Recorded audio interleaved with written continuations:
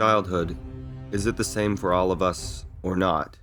The question of whether childhood is just time in your life when you are a child, or if it's a frame of mind and a set of shared experiences, or a way of viewing and understanding the world, isn't an easy one.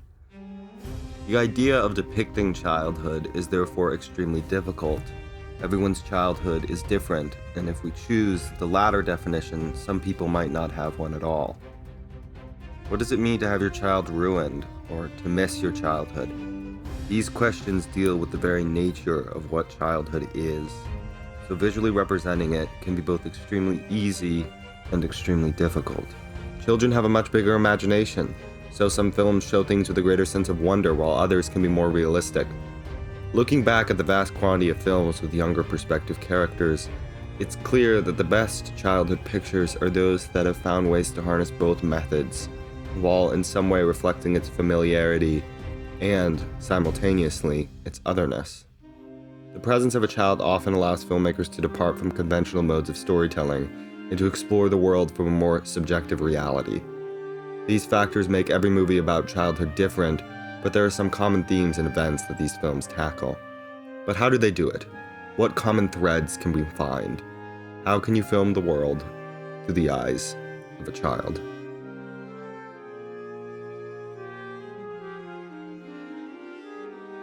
One of the easiest ways to realistically depict anything is via documentary. Many different documentarians have turned their attention to children and produced films like Streetwise, showing the homeless youth on the streets of Seattle, or Homework, examining how school affects kids. These films help adults try and understand the issues children are facing. Children are often considered to be uncomplicated, but these documentaries show that there's a lot happening behind closed doors. Steve James's Hoop Dreams sheds light on the struggles of two inner-city kids who get scholarships at private schools to play basketball. On the surface, this story looks like a happy one, but digging deeper, James is able to capture the boys' fears and stresses about their changing lives. Watching them grow up, we are able to see how they've changed. But childhood is tied closely with the few people we are surrounded by when we are young. Our family and small collection of friends shape our experiences and outlook on the world.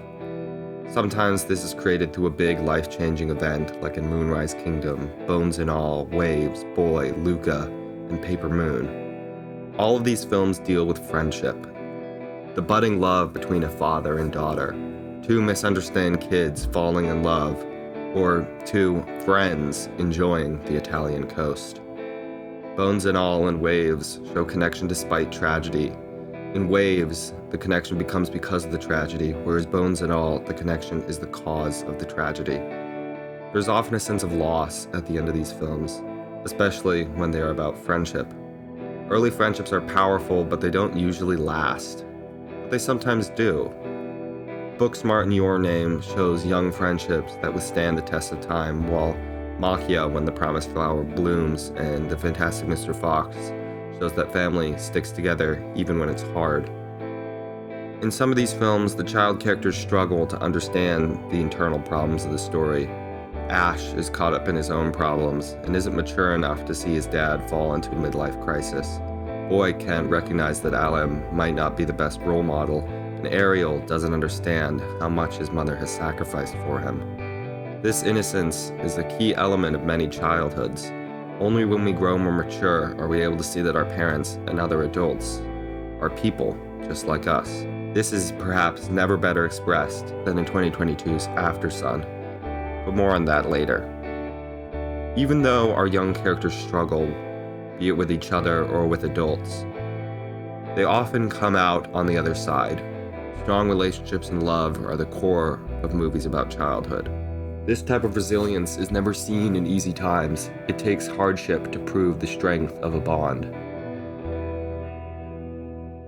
Kids have more imagination in their fingertips than most adults possess in their entire bodies. This goes as far as it affects the way they see the world. From creatures under the bed to building forts out in the woods, imagination is an essential part of childhood.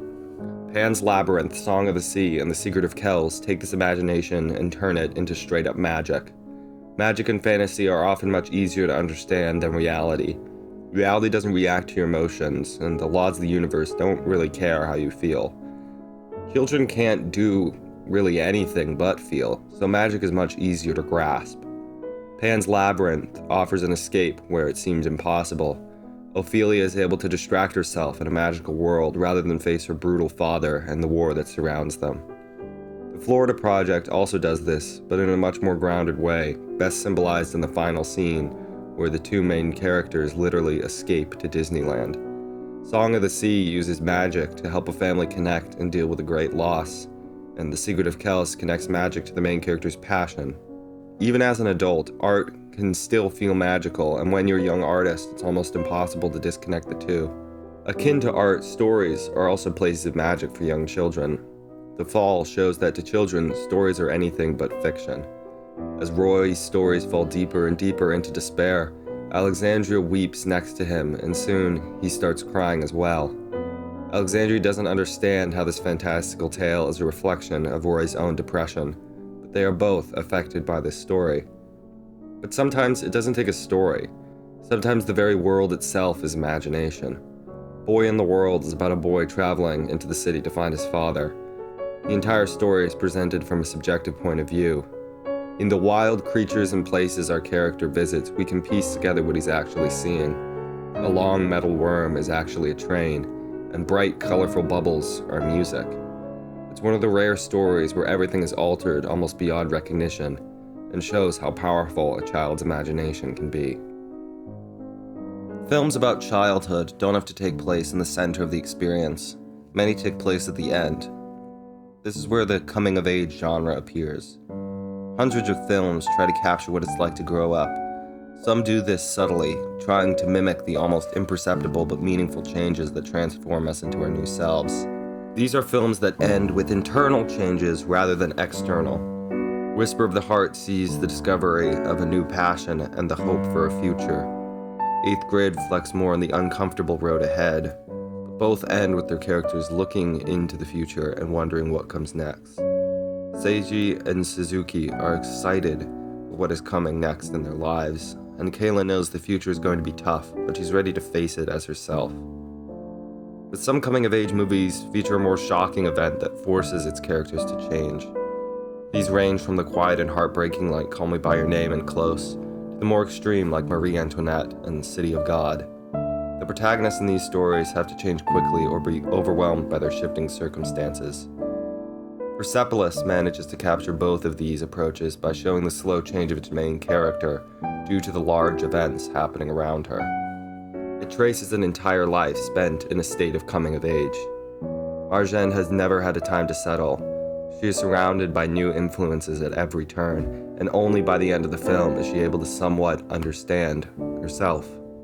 Persepolis is a coming-of-age story told across several decades, and is an incredible example of how to utilize the tropes of the genre. But what happens when a childhood is stopped?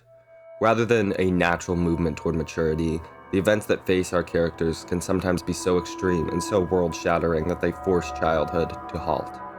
This is what I would call a ruined childhood narrative. There's bullying in Let the Right One In, and war in Come and See, which strip their main characters of any hope and innocence. Films about ruined childhoods often indicate a point of no return, where the experiences of our characters eliminate any chance of returning to a state of naivety. Sometimes this is the direct result of a character's actions or environment, like in A Brighter Summer Day, or pure coincidence. Enter the Void takes the latter approach and indicates a fatal car crash to be the starting point of its character's life of pain and loss. The 400 Blows is about the hundreds of little traumas that can break someone. It is very similar to A Brighter Summer Day in that it suggests that its main character is a result of their environment. Stories that take place in dangerous and unstable settings are ripe for stories of ruined childhood. Childhood can be halted due to many different reasons, and it is the darkest turn a story about childhood can take. Childhood is a thing that exists in the past. It's a period of time that can only be looked back upon, which is why it's always shrouded in mystery and nostalgia. Now we return to After Sun, which is mostly presented as an account inside childhood. It is at the end revealed that the entire film was the main character Sophie looking back on the last trip she took with her father. Given that childhood is something that exists to be looked back upon, films that follow people looking back into the past are the most true to life. Hindsight is 20/20, so remembering the past often comes with revelations. You are able to pick up on things you didn't at the time. That is what Aftersun is all about, a person realizing who their father was after the fact. In childhood, a lot of information isn't picked up upon, and everything feels much simpler. Wild Strawberry sees an old man reflect on his past mistakes and possible futures. In his last years, Isaac Borg chooses to look back in order to fully understand his life before he dies. The purpose of understanding the past is to try and figure out how you ended up where you are now. In Cinema Paradiso, it's about a love of film and the history of a small town. With Stand By Me, it's a group of people who were once friends. Fanny and Alexander is Ingmar Bergman's attempt to remember his own childhood, and is one of the perfect examples of how to craft a child's perspective. The Fabelmans is Steven Spielberg's similar mission to figure himself out, but in a much more direct way. While Fanny and Alexander is an abstract examination of its director's childhood, The Fabelmans is more of a biopic. But the film that manages to capture everything I talked about is Barry Jenkins' Moonlight, an adaptation of Terrell Alvin McCrane's semi-autobiographical play, In Moonlight, Black Boys Look Blue. This film has everything: familiar relationships, friendships, and early romance, growing up, and the harsh slap of reality. There's so much to examine in Moonlight, but perhaps the most important part of it is the evolution of its main character, Chiron. Because Moonlight is separated into 3 chapters, you are able to get all 3 perspectives on childhood. The first chapter follows young Chiron and is firmly locked into the headspace of a child. The second chapter is Chiron's coming-of-age story, as his already difficult childhood is torn away. The final chapter is Chiron as an adult, reflecting on the events that turned him into the man he is today. So childhood is an enigma, a period of time in everyone's lives that can be categorized in many different ways. When telling a story about childhood, keep in mind the different aspects that appear in these narratives. Childhood exists in the past, and film is just another way we can pick it apart.